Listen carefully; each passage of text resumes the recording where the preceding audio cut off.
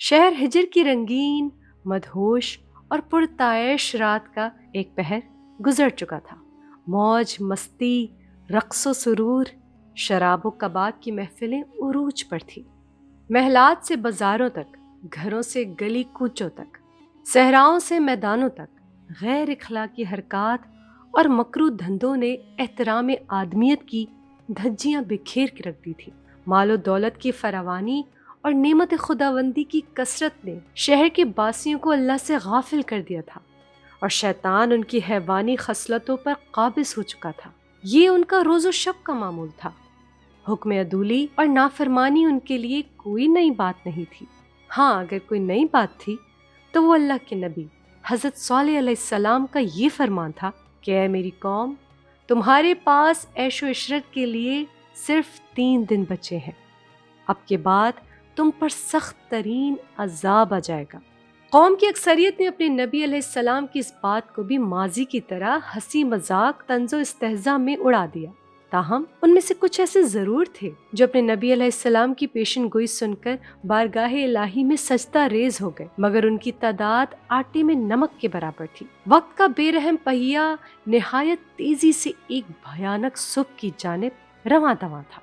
رات بھر کی موج مستی سے تھک ہار کر لوگ اپنے گھر جانے کو تھے کہ اچانک انہیں ایک بڑی زور کی چنگھاڑ کی صورت میں عذاب نے آ پکڑا۔ اس زوردار سخت ترین چیخ نے ان سب کے کانوں کے پردے پھاڑ دیے اور ان کے دل پارا پارا ہو گئے۔ ابھی چنگھاڑ کا عذاب ختم بھی نہ ہونے پایا تھا کہ ایک شدید ترین زلزلے نے آ پکڑا اور وہ اپنے گھروں میں اوندھے پڑے رہ گئے۔ اس قوم سمود کو اللہ نے یوں نیست و نابود کر دیا کہ گویا وہاں وہ کبھی آباد ہی نہ تھے۔ یوں اللہ تعالیٰ نے نافرمانی اور متکبر قوم سمود کو ہمیشہ کے لیے عبرت کا نشان بنا کر رہتی دنیا کے مغروروں، بدعمال اور نافرمان لوگوں کو متنبہ فرما دیا کہ نہ صرف آخرت بلکہ دنیا میں بھی تمہارے لیے سخت ترین عذاب موجود ہے۔ معزز ناظرین، اگر آپ ہمارے چینل پر نئے ہیں اور ابھی تک سبسکرائب نہیں کیا تو پہلے سبسکرائب کریں اور گھنٹی کے بٹن کو بھی کلک کریں تاکہ آپ ہماری تمام ویڈیو سے باخبر رہ سکیں۔ سمود کی بستی اور حضور صلی اللہ علیہ وسلم کا حکم۔ حضرت ابن عمر رضی اللہ تعالیٰ عنہ اور حضرت ابو ذر رضی اللہ تعالیٰ عنہ سے مروی ہے کہ غزوہ تبوک کے لیے جاتے ہوئے رسول اللہ صلی اللہ علیہ وسلم نے ہجر، سمود کی بستی میں پڑاؤ کیا تو صحابہ رضی اللہ تعالیٰ عنہ نے وہاں کے کنووں کا پانی اپنے برتنوں میں بھر لیا اور اسی سے آٹا بھی گوندھ لیا، لیکن حضور صلی اللہ علیہ وسلم نے انہیں حکم دیا کہ اپنے برتنوں میں بھرنے والا پانی انڈیل دے اور گوندا ہوا آٹا جانوروں کو کھلا دے۔ پھر آپ صلی اللہ علیہ وسلم نے فرمایا کہ اس کنویں سے پانی لے جس سے حضرت صالح علیہ السلام کی اونٹنی پانی پیا کرتی تھی۔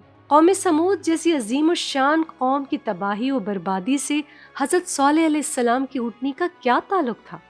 اس پر بات کرنے سے پہلے اس بدنصیب قوم کے مختصر احوال سے واقفیت موجودہ دور کے بنی نوح انسان کی بدعمالیوں اور نافرمانیوں کی روشنی میں ضروری ہے۔ اے کاش ہم سب اس واقعے سے کچھ عبرت حاصل کر سکیں۔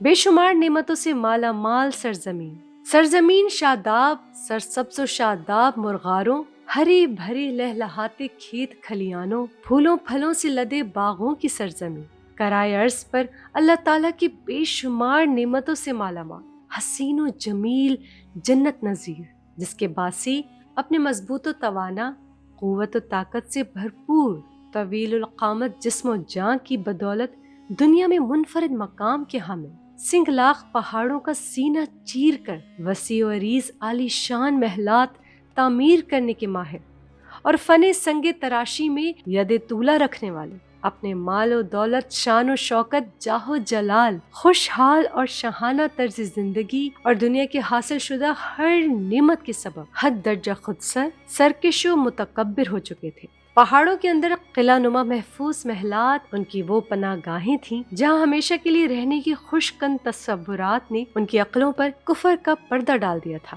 دراصل دولت و سرود کا غلبہ، لامحدود مراعات اور آسائشیں شیطان کا کام آسان کر دیتی ہیں اور قوم اللہ اور یوم آخرت سے غافل ہو کر اپنے لیے خود تباہی و بربادی کا راستہ منتخب کر لیتی ہیں، اور قوم سمود بھی اسی راستے پر گامزن تھی۔ دیکھے مجھے جو دیدہ عبرت نگاہ ہو۔ قدیم جزیرہ العرب کے شمالی مغربی علاقے میں واقع وادی القرا میں قوم سمود کی حکمرانی تھی، جبکہ ان کے مد مقابل جنوبی مشرقی عرب پہ قوم عاد قابض تھی۔ قوم عاد اور قوم سمود کا تعلق حضرت نوح علیہ السلام کے صاحبزادے سام بن نوح علیہ السلام سے ہے۔ یہ دونوں قومیں ایک ہی دادا کی اولاد